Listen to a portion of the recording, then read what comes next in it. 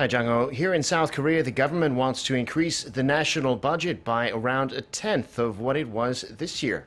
It hopes the extra money will help kickstart an economy weighed down by high unemployment and a widening wealth gap. Kim Ji-yeon reports. South Korea's Ministry of Economy and Finance said Tuesday that it wants to actively deal with the country's structural issues and pursue expansionary fiscal measures to boost job creation as well as future innovative growth.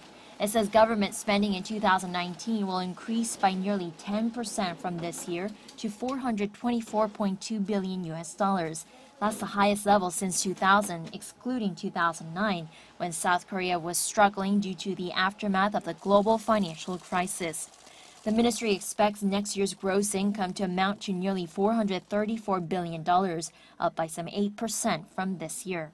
Despite pursuing expansionary measures, the ministry says it'll likely have a limited impact on South Korea's fiscal balance and government debt due to improvements in the country's tax revenue, which the government tallied at nearly $15 billion in June.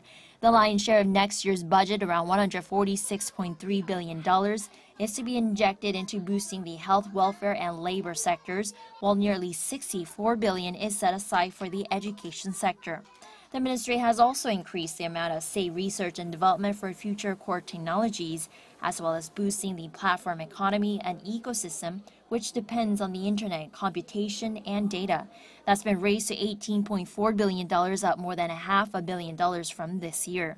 The Ministry of Trade, Industry, and Energy says it plans to increase its budget to around $7 billion next year, nearly 12% more than its budget for this year.